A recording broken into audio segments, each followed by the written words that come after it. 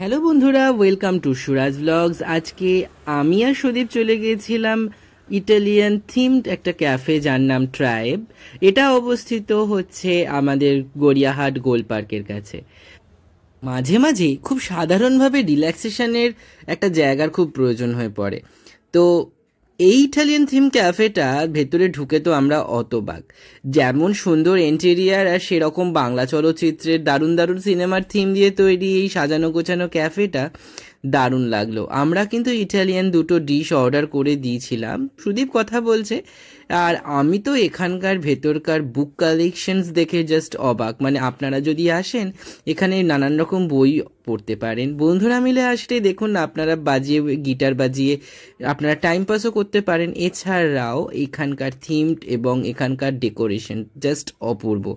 ভেতরটা কিন্তু child AC এবং খুবই সুন্দর ডেকোরেটেড করা। তারই সাথে সাথে এদের কিছু নিজস্ব ডেজার্ট অ্যান্ড সুইট কাউন্টার্সও রয়েছে।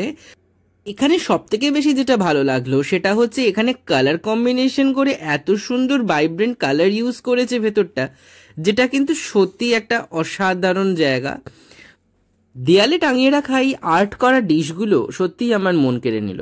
যাই হোক, এবার পালা খাবার।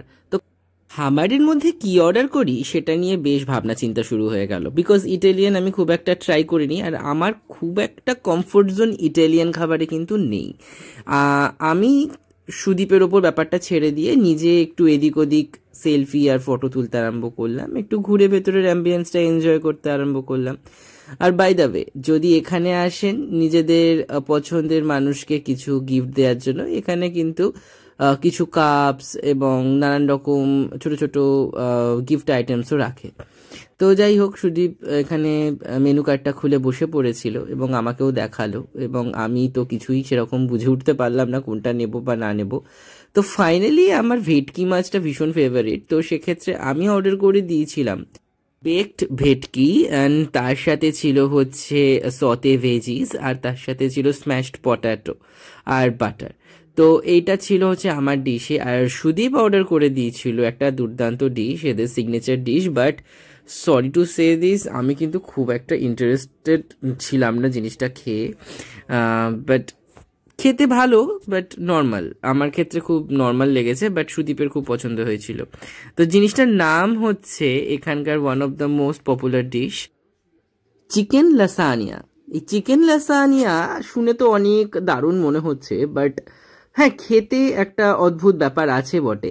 কিন্তু সরি টু সে দিস, আমি খুব একটা ইন্টারেস্টেড ছিলাম না, বাট সুদীপের কিন্তু দুর্দান্ত লেগেছিল।